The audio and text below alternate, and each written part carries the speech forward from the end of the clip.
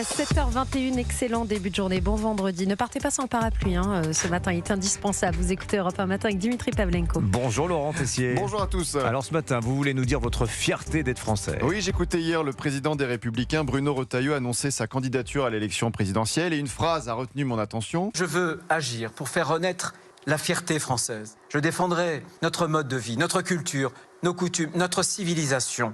N'ayons pas honte de la France. Au contraire, soyons fiers d'être français. Aujourd'hui, nous vivons dans une époque où dire que l'on est fier d'être français nous condamne à être taxé immédiatement de facho. Le général Pierre de Villiers en parlait hier soir sur CNews dans l'émission de Christine Kelly. Moi, j'ai consacré 43 ans de ma vie pour la France et je vous avoue que j'en ai un peu marre que le patriotisme soit cadenassé et qu'on soit accusé d'être un extrémiste ou un nationaliste quand on aime tout simplement son pays. Retrouver cette fierté française après des attaques depuis des années, quand par exemple Emmanuel Macron avait ce type de discours en 2017 sur notre culture. Il n'y a d'ailleurs pas une culture française, il y a une culture en France.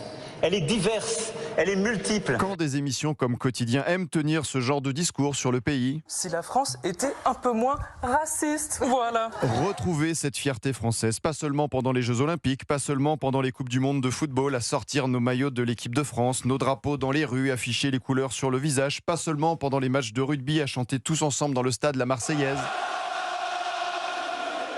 Et même si tout n'est pas rose, loin de là, même si nous avons un fort caractère. Le Gaulois, réfractaire au changement. Même si nous adorons râler, Michel Sardou en avait parlé sur TF1 en novembre dernier. Un pays de chiants, d'emmerdeurs, de râleurs, mais c'est comme ça depuis Vercingétorix, je veux dire, c'est pas nouveau. Il y a la fierté de notre langue, notre histoire, nos racines chrétiennes, notre patrimoine, nos villages, nos traditions. L'acteur Jean Dujardin en avait parlé sur France 2 en octobre. On a un très joli pays, entre le littoral, entre les régions, la gastronomie. Enfin, le problème, c'est quand on le dit rapidement, on est taxé de facho. Alors on se dit, qu'est-ce qu'il faut que je dise? Alors, je suis rétrograde parce que j'aime le pâté?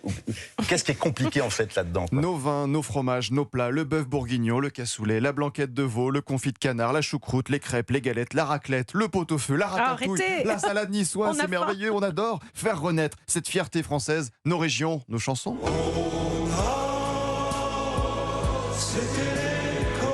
Du nord de la France en passant par l'ouest, la Bretagne. Dimitri, Anissa, emmenez-moi dans le sud-ouest.